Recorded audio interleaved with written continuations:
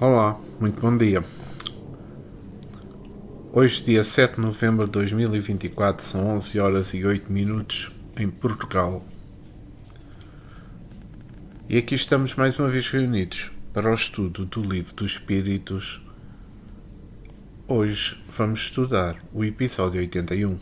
Antes de iniciarmos o estudo, queria pedir ao nosso Mestre Jesus, aos nossos guias espirituais, ao mentor deste trabalho, para que nos dê a luz, a harmonia, o discernimento, a paz, o amor neste momento e sempre, claro, mas agora, neste momento, principalmente o discernimento, para que nós possamos compreender muito bem as perguntas e as respostas deste Livro dos Espíritos, o livro de Allan Kardec, editado pela primeira vez em 1860. Que estejais todos convosco, que estejais todos conosco. Obrigado, Jesus.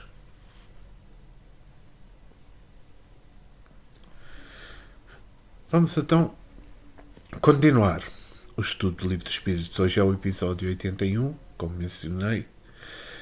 Estamos na segunda parte do mundo espírita ao mundo dos espíritos. Capítulo 10, das ocupações e missões dos espíritos, e continuamos a falar de metempsicose. Terminamos na pergunta 612 e hoje vamos para a pergunta 613. Embora de todo errónea, a ideia ligada à metempsicose não terá resultado do sentimento intuitivo que o homem possui de suas diferentes existências? Pergunta Allan Kardec. E a resposta dos espíritos é a seguinte: nessa, como em muitas outras crenças, se depara esse sentimento intuitivo. O homem, porém, o desnaturou, como costuma fazer com a maioria das suas ideias intuitivas. Allan Kardec faz um comentário que é extremamente importante. Eu vou lê-lo. Sobre esta pergunta, que é 613. Seria verdadeira a metempsicose se indicasse a progressão da alma, passando de um estado ao outro superior, onde adquirisse desenvolvimentos que lhes transformassem a natureza? É, porém, falsa no sentido da transmigração direta da alma do animal para o homem, e reciprocamente, o que implicaria a ideia de uma retrogradação ou de fusão. Ora, o facto de não poder semelhante fusão operar-se entre os seres corporais das duas espécies mostra que estas são de graus inassimiláveis, devendo dar-se o mesmo com relação aos espíritos que as animam. Se um mesmo espírito as pudesse animar alternativamente, haveria como consequência uma identidade de natureza traduzindo-se pela possibilidade da reprodução material. A reencarnação, como os espíritos a ensinam, se funda ao contrário, na marcha ascendente da natureza e na progressão do homem dentro da sua própria espécie, o que em nada diminui a dignidade. O que o rebaixa é o mau uso que ele faz das suas faculdades que Deus lhe otorgou para que progrida. Seja como for, a ancianidade e a universalidade da doutrina da metempsicose e, bem assim, a circunstância de a terem professado homens eminentes provam que o princípio da reencarnação se radica na própria natureza. Antes, pois, constitui argumentos a seu favor que contrários a esse princípio.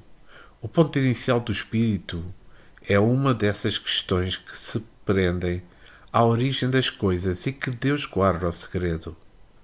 Dado não é ao homem conhecê-las de modo absoluto. Nada mais lhe sendo possível a tal respeito do que fazer suposições, criar sistemas mais ou menos prováveis.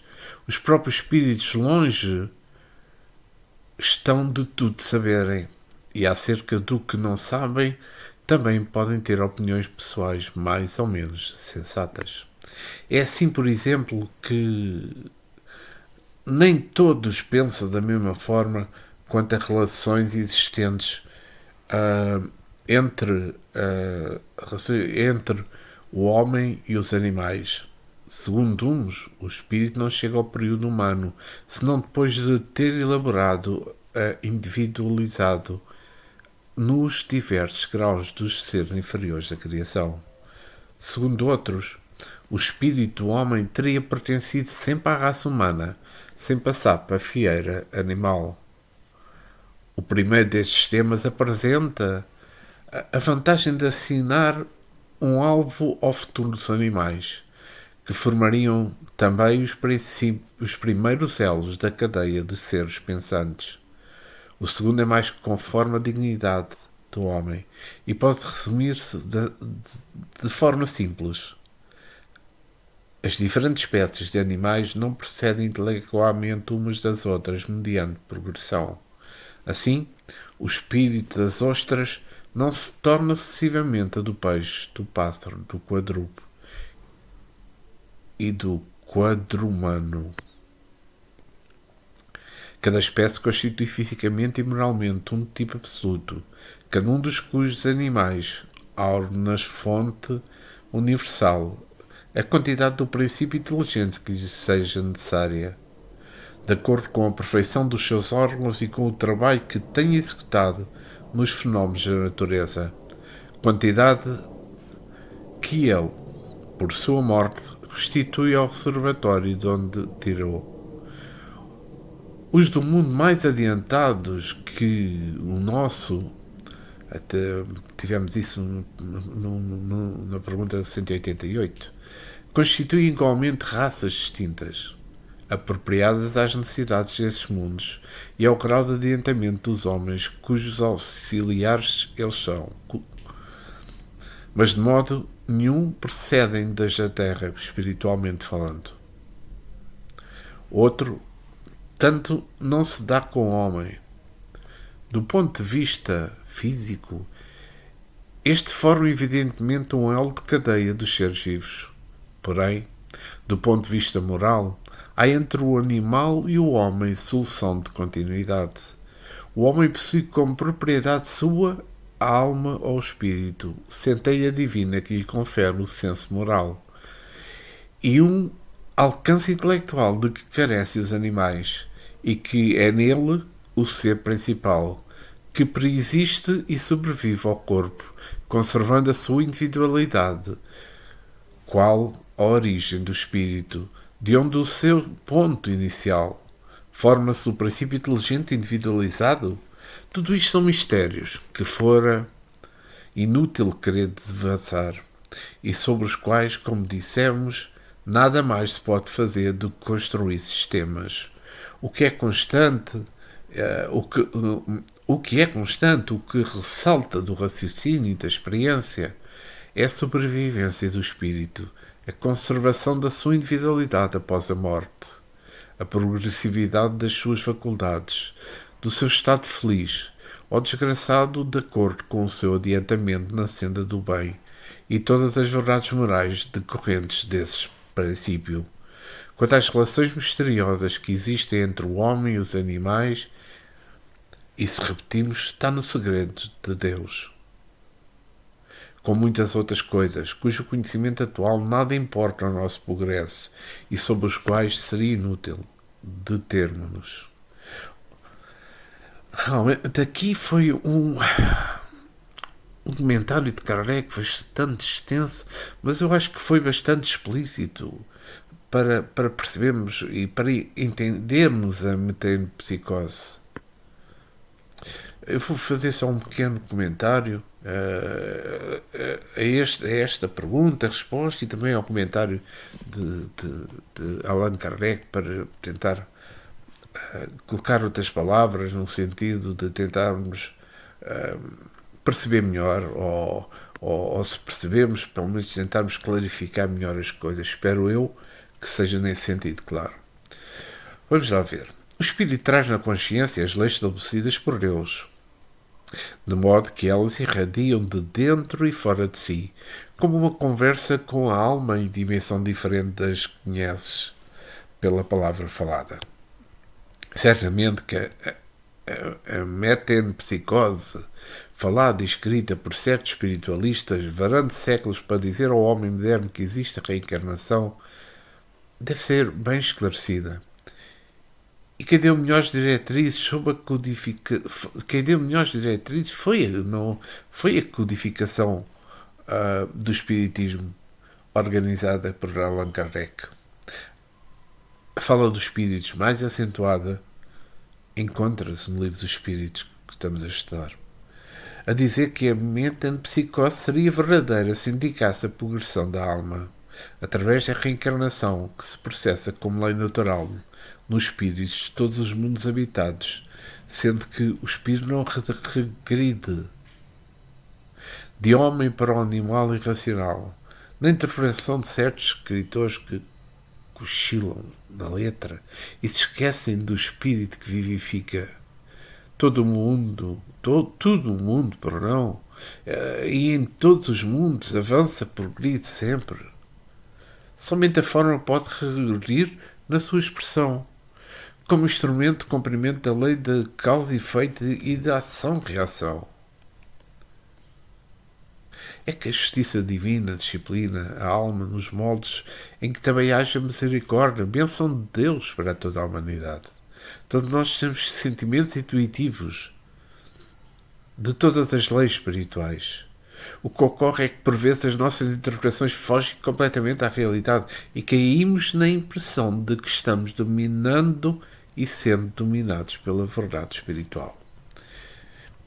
Nós sabemos que existem muitos homens que tentam conhecer a verdade, mas ainda não se encontram preparados para tal conhecimento. Há uma lei que regula tudo na vida. Se nós desconhecemos o próprio corpo mais grosseiro que temos, como queremos conhecer e também como queremos dominar as leis que fogem às mais acuradas decisões? É que há muitas coisas que fogem ao conhecimento dos outros. Não tentemos passar do limite dos nossos conhecimentos. A reencarnação, nas suas particularidades, é desconhecida para a maioria dos homens. A fé ainda se encontra na Terra, nos seus primeiros rudimentos. O perdão tem processos que se escondem das dobras do tempo. A realidade do amor e da caridade vai levar muitos séculos, talvez milénios, para ser sentida e analisada. É que o processo de troca de corpos que se opera em todos os reinos da natureza e em cada um deles há uma feição diferente a que obedece cada ser e cada coisa segundo a posição que se encontra na escala de evolução. É a lei da justiça atuando e dominando em todos os espaços pelo avanço do tempo. Deus é amor em todas as extensões da vida infinita. O mesmo valor que o Senhor dá à forma primitiva da matéria. A reencarnação é a evolução da ideia da metempsicose, trazendo para a humanidade mais esperança, mais alegria para viver. Como te disse, eram os espíritos, e Kardec referiu no comentário que li, ninguém regride. Nós avançamos sempre. Pois o que aprendemos para sempre. Não respondemos pelos vios das coisas divinas. Procuremos as coisas simples, procuremos a lei de Deus, procuremos a sua justiça no dizer do Evangelho, que o resto aproximar-se-ão de nós por misericórdia. A alma do animal não muda de uma vez, tomando um corpo humano. A natureza é paciente e não erra, mas o homem é foito. no começo das linhas da sabedoria, esquecendo-se de que o princípio do fio da meada está bem distante da própria meada. Estudemos sem desespero, mas estudemos sempre. E então, vamos a outro tema, da lei divina ou natural. E aqui vamos falar, vamos iniciar agora com esta pergunta 614, e vamos falar sobre os temas caracteres da lei natural, a origem e conhecimento da lei natural, o bem e o mal, a divisão da lei natural. E vamos iniciar com caracteres da lei natural. Pergunta 614. De que se deve entender por lei moral? Pergunta Kardec. A lei natural é a lei de Deus. É a única verdadeira para a felicidade do homem. Indica-lhe o que deve fazer ou deixar de fazer. E ele só é infeliz porque dela se afasta. E então vou fazer um comentário a esta pergunta 614 da lei natural. A resposta do benfeitor espiritual à pergunta de Allan Kardec esclarece que a lei natural é a lei de Deus. É a única verdadeira para a felicidade do homem. Indica-lhe o que deve fazer ou deixar de fazer. E ele só é infeliz quando dela se afasta.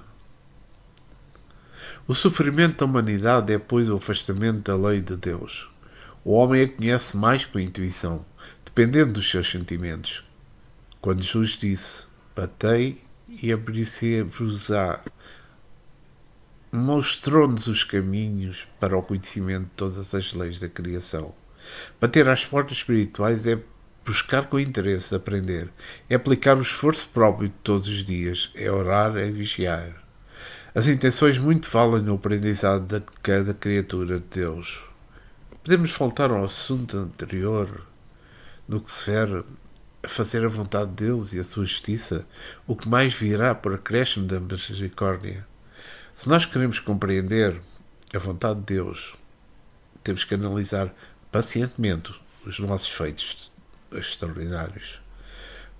Meditar na criação, na vida que circula no universo, na inteligência que modela todas as formas e na expressão de vida que existe em tudo. Basta conhecermos a nós próprios para não negar a força soberana que nos dirige e protege.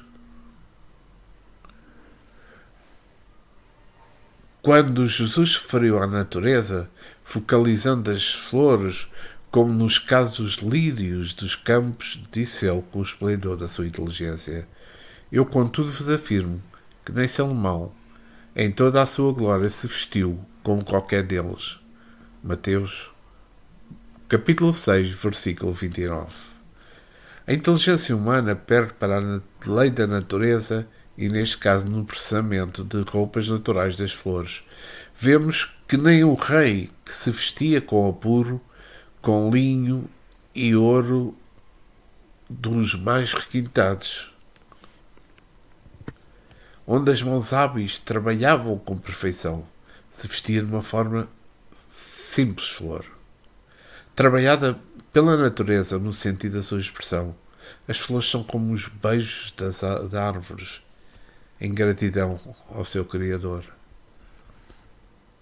Aqui queremos compreender que a lei natural se divide ao infinito e nos mostra toda a vida envolvida no amor, que é a fonte de toda a beleza.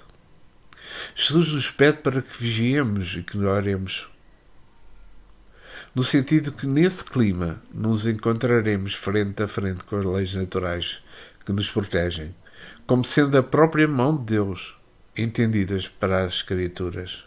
A humanidade tem de se voltar para a natureza. Ela é mãe bondosa e santa, que sabe preparar o alimento em todas as faixas da vida, para as vidas dos espíritos que todas as escalas a que pertencem. A harmonia na mente, ela é natural, de onde vertem todas as qualidades. A desarmonia altera todas as qualidades nobres das criaturas, logo é antinatural. As palavras bem postas nos lábios, pronunciadas na hora e do amor, nos trazem um bem-estar indizível. O verbo orientado perturba o ambiente em que vivemos. Perdão. Disse o contrário. O verbo desorientado perturba o ambiente em que vivemos. Peço imensa desculpa. Estraga muitas possibilidades de quem deseja viver bem. O amor, na sua estrutura espiritual ensinada por Jesus, é a fonte da felicidade. O ódio, inversão do amor, desespera quem o provoca, dando a entender que, por onde ele passa, somente deixa morte. Se procurarmos as leis naturais que moralizam, passaremos a viver bem em todas as sequências da vida. E se as esquecemos, seremos infelizes, conforme afirma o benfeitor espiritual. Só é infeliz quando dela se afasta. E vamos à pergunta 615. Uma pergunta muito interessante. É eterna a lei de Deus? Muitos questionam isto. E a resposta dos Espíritos é clara. Eterna e imutável, como o próprio Deus. Pois aqui estamos a falar de lei eterna. Lei eterna. Eterna e imutável, como o próprio Deus. Eis o que os Espíritos responderam a Allan Kardec. A lei de Deus, além de ser eterna, é imutável. Ela não muda com as mudanças humanas. Somente a lei do Criador não obedece ao progresso, porque é ela mesmo que rege a todos e a tudo, inclusive ao próprio progresso. A sua configuração espiritual é a mesma em todos os tempos, em todos os mundos.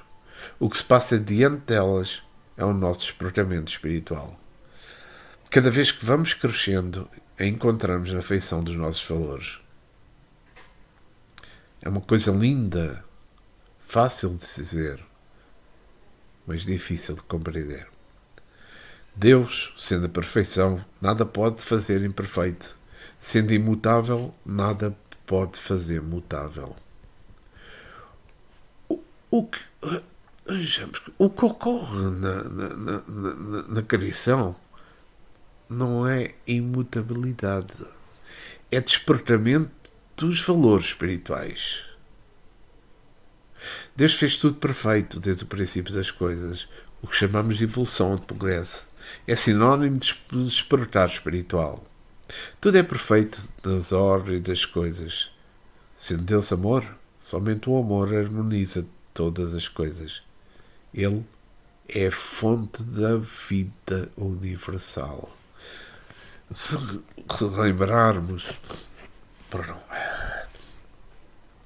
quando João Batista disse: arrependei-vos, porque é chegado o reino dos céus.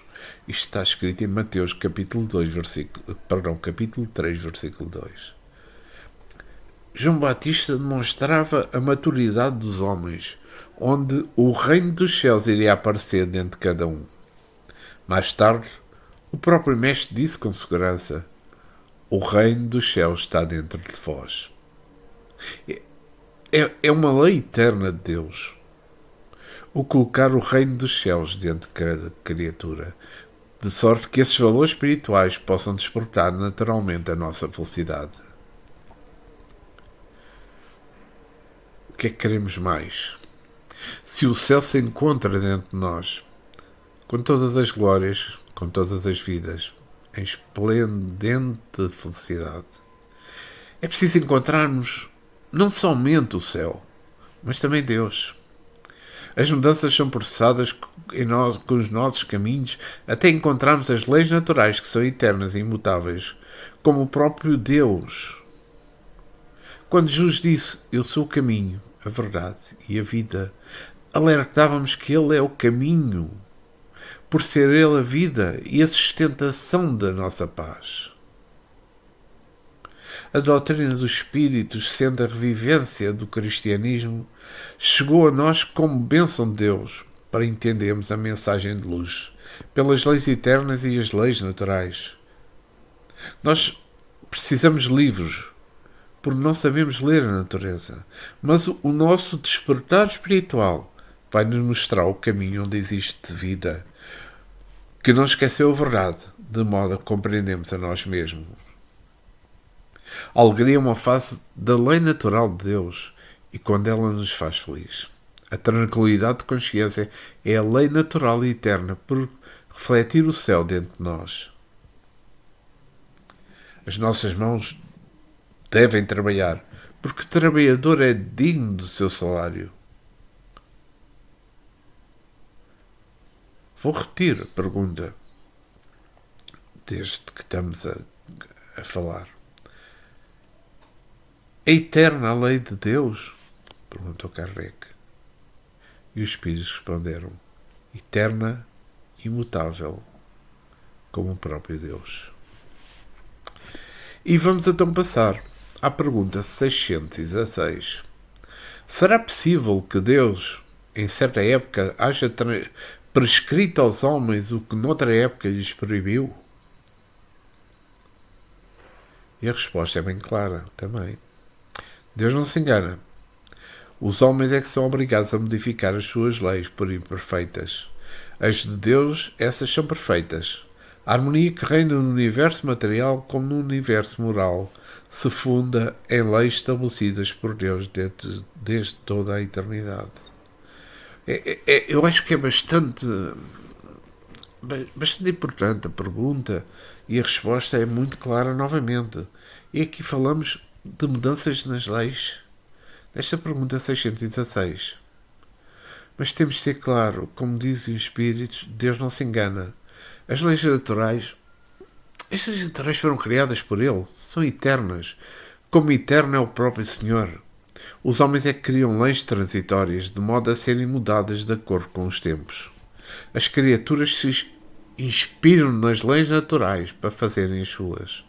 As leis naturais dos homens são inumeráveis e sempre estão mudando, como dizem eles mesmos, atualizando-se de acordo com a capacidade de assimilação das criaturas. As leis de Deus são de toda a eternidade. Quando falamos de toda a eternidade, não há tempo determinado. O ser humano não pode ter a pretensão de dizer que sabe tudo, mediante as suas especulações. O ser humano somente sabe o que vê e ouve dizer. Ele é, por excelência, um copista. Quando tudo está feito no programa de Todo-Poderoso. Não existem leis que não tenham sido feitas por Deus. Quantos vivem iludidos com a falsa sabedoria? Se o sábio soubesse o que nada sabe, teria mais humildade. Muita gente, envergando a roupagem da vaidade e do orgulho, se arma nas singelas letras que aprendeu e decorou nos bancos das escolas, para combater o Evangelho, porque nos mostra as leis na sua mais profunda simplicidade. Mas como se enganam essas criaturas? O Evangelho, mesmo na sua feição física, é tesouro valioso, quanto mais na feição moral e espiritual. Ele se encontra escrito em muitas dimensões para atender espíritos em diversas faixas da vida. Não devemos preocupar-nos em consertar a vida. Ela já é perfeita. O que se põe ser imperfeição se encontra dentro de nós mesmos. Se o reino de Deus está em nós, não existe imperfeição na alma. O facto se explica pela desarmonia da mente. Deus não se engana, os homens é que se enganam a si mesmos. É justo que compreendamos a simplicidade evangélica nestas palavras do Divino Mestre. Portanto, não vos inquieteis, pois o amanhã trará os seus cuidados. Basta ao dia o seu próprio mal. Aqui isto está escrito em Mateus, no capítulo 6, versículo 34. Será possível que todos os dias devamos nos preocupar com o futuro? Como está escrito em Mateus, basta o dia com o seu próprio mal. É que vamos aprimorar todos os dias as coisas que devem ser aprimoradas. Vamos examinar, o que estamos fazendo e fazer melhor, que o resto pertence ao grande feitor da vida, com os seus eixos. Mas não devemos demorar. Não devemos demorar muito tempo pensando no passado. Devemos procurar o Evangelho, que ele irá nos instruir acerca de todas as coisas, dando-nos compreensão para o prosseguimento do nosso caminho. A preocupação com o dia da manhã vai nos trazer mais dificuldades, porque preocupação, pelo sentido etimológico do termo, já é ocupar-se antes de acontecer. Se verificarmos a vida das grandes personagens da história, veremos que eles inspiram-se nas suas vidas das leis naturais. Por isso, venceram com a vitória da luz. Queremos ou não buscar a perfeição, por ser lei natural do universo, a harmonia reina em todos os pontos da vida, porque Deus é harmonia. Se olharmos com os olhos da alma em Cristo, poderemos dizer: em nada existe imperfeição. Tudo se encontra na ordem perfeita das coisas. É preciso que despertemos para esse ambiente de Deus. Encontremos a felicidade. Quando alcançamos a tranquilidade imperturbável da consciência, nunca mais duvidaremos e sempre afirmaremos: Deus não se engana. E vamos à pergunta 617. Continuamos sobre o tema caracteres da vida natural. As leis divinas, que é o que compreendem, as leis divinas, que é o que compreendem no seu âmbito, concernem alguma outra coisa que não somente o procedimento moral. Fechamos. Todas as da natureza são leis divinas, pois que Deus é o autor de tudo. O sábio estuda as leis da matéria, o homem bem estuda e pratica as da alma.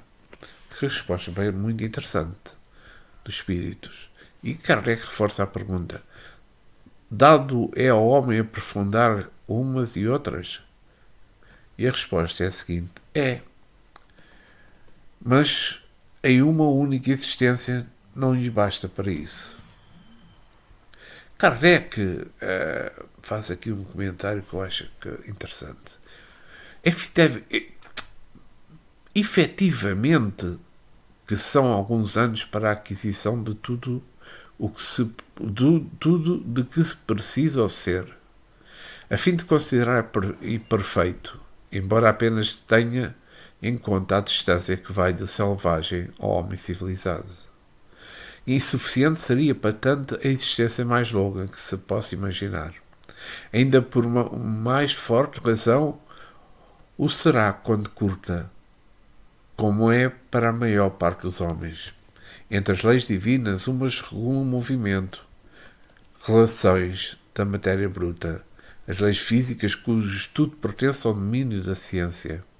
As outras dizem respeito especialmente ao homem, considerado em si mesmo e as suas relações com Deus e os seus semelhantes. Contém as regras da vida do corpo, bem como as da vida da alma, são leis morais.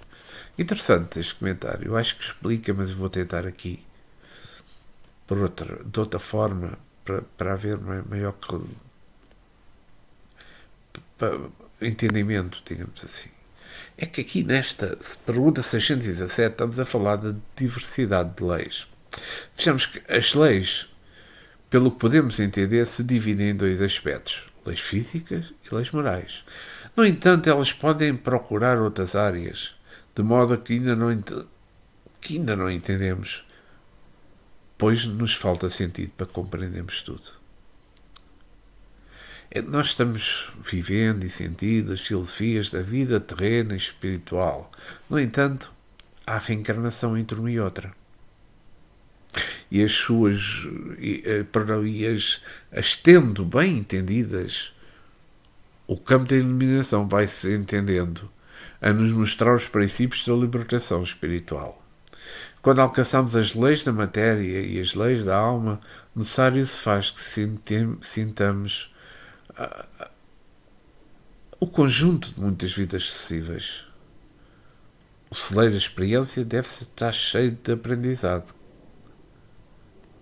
cada vez maior. O cumprimento das leis mostra a maturidade do espírito. Se ainda não temos condições de viver Jesus, é por falta de tempo no serviço da caridade que se salva. Convém meditar em todos os assuntos ventilados por Cristo e deixar que Ele vive em nós para nos ser motivo de glória e de luz. Há diversidade de leis, no entanto, importa que vivemos as duas, na sua sintetização divina, física e também moral. Certamente que temos apenas alguns anos para fixação de todo o celeiro da vida. Porém, o tempo passa e bem vivido deixa em nós um salto de luzes que nos assegura a própria vida. Não há no mundo nenhuma coisa desligada da outra. A lei de unidade nos faz unos. Os espíritos obedecem igualmente a essa lei. Os que vivem na Terra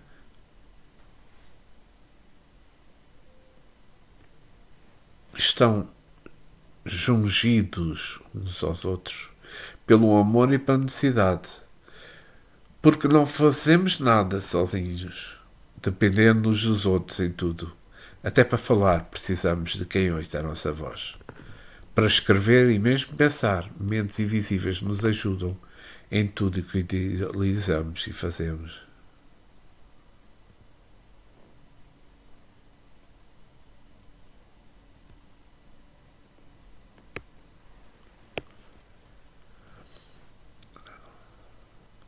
Peço desculpa por paragem. É do conjunto que nasce a perfeição. Se o sábio estuda as leis da natureza, o santo estuda e pratica as leis da alma, da maneira como, passado os tempos, o acervo de experiências vai chegando às novas gerações, doando-lhes por misericórdia o descobrimento dos caminhos mais fáceis para serem trilhados. Mas como existe a reencarnação em todos os mundos habitados, aquele que planta volta depois com novas vestes para colher o que semeou.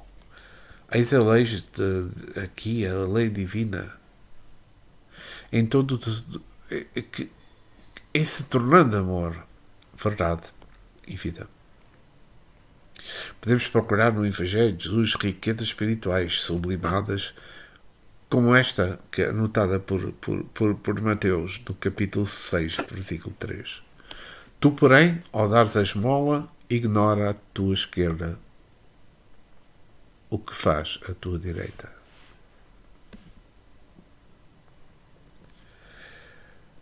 Para que anunciar o que fazemos de bom, se nós mesmos é que vamos receber o que estamos dando. É que a vida é uma eterna lavoura de Deus que nos instrui na sequência dos plantios para que possamos ter o que damos e colher o que semeamos. Isto está na lei do amor e de justiça que circula na criação, dando realmente a quem merece ser dado. Por isso é que não devemos preocupar com o dia da manhã. Ele nos entregará o que damos hoje, trazendo e mostrando a segurança para o bom trabalhador. Deus se encontra presente em toda a parte por intermédio das suas leis infalíveis e eternas. Que Jesus nos abençoe para compreendermos as leis da vida com maior profundidade. E vamos para a pergunta 618. São as mesmas para todos os mundos as leis divinas? Pergunta Kardec. A resposta é a seguinte. A resposta de Espíritos. A razão está a dizer que devem ser apropriadas à natureza de cada mundo e adequadas ao grau de progresso dos seres que os habitam. Então, nesta pergunta 618, falamos de leis universais. Mas eu acho que isto é claro. Mas é que as leis universais são as mesmas para toda a criação. É por isso que elas são assim chamadas universais, pois pertencem à unidade divina. Deus é somente um para todas as humanidades. No entanto, essas mesmas leis se expressam em cada mundo de acordo com a evolução espiritual. E os que ali vivem compreendem essas leis com a capacidade desenvolvida que possuem. Isso é justiça, o amor que faz o Senhor conhecido por todos os seres.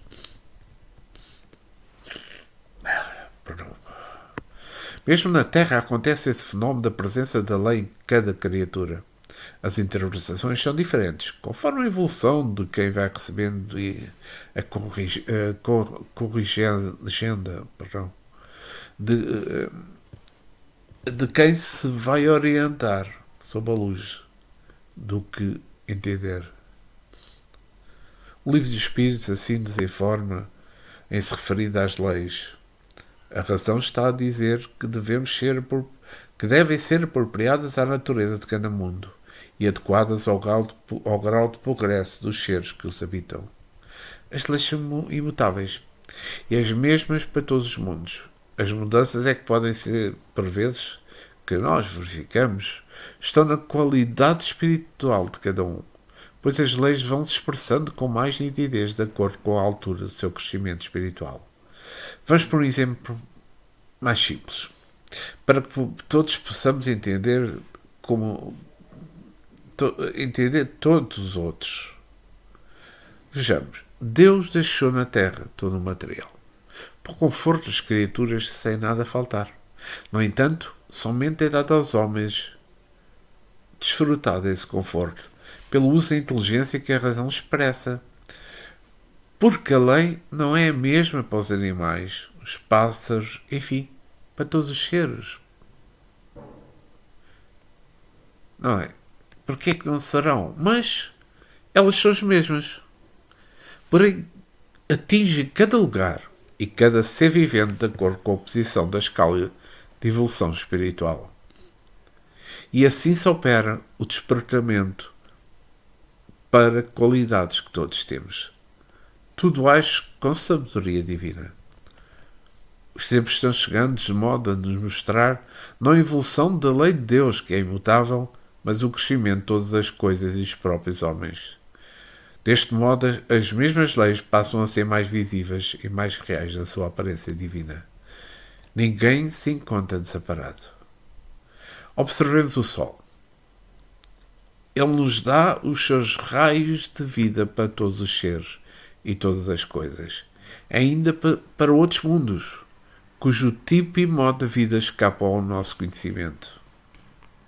Entretanto, esse Sol não é sentido do mesmo modo para todas as criaturas e não surge o mesmo efeito, apesar da igualdade do modo com que se distribui. Então podemos dizer é a justiça divina operando pelos seus processos de amor. Recoloquemos novamente uma lei natural e universal, como por exemplo, a reencarnação. A reencarnação se encontra em todos os mundos, agindo e operando a transformação dos espíritos, mas em cada mundo se apresenta diferenciada, embora seja sempre a mesma lei, no fundo da troca de vestes para se expressar a luz. Os animais não conhecem a Deus como os homens, mas reconhecem o Criador através dos homens. A maneira dos homens entender o Senhor é bem diferente, porque é diferente do seu estado espiritual. E os espíritos puros, pergunto. A maneira como têm de reconhecer a Deus é bem diferente de nós, dos homens. Mas é o mesmo Deus que opera em tudo. O Todo-Poderoso é imutável na sua estrutura para todos nós, desconhecida. Falando sobre a lei de Deus, é bom relembrarmos. Ela é eterna e imutável, como o próprio Deus. E vamos terminar hoje por aqui. Ficamos na pergunta 618. Não antes, quero agradecer ao nosso Mestre Jesus, nosso guia espiritual, ao mentor deste trabalho, aos guias de todos nós, de mim e de todos vós que irão ouvir este tudo. Quero pedir ainda Jesus pela ajuda que dás a todos os seres que sofrem na Terra, nomeadamente nas guerras, na fome, nas revoltas da própria natureza, todos aqueles que sofrem pelos entes queridos que desencarnaram, para que nós possamos ter um mundo melhor, um mundo de paz, um mundo de amor.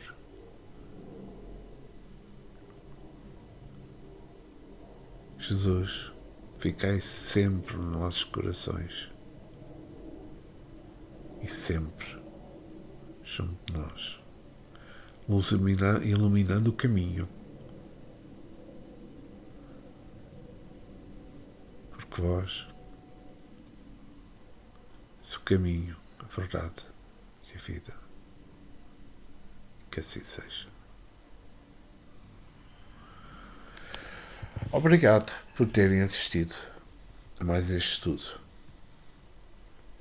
Muita paz, muito amor e continuação de uma boa semana. Obrigado.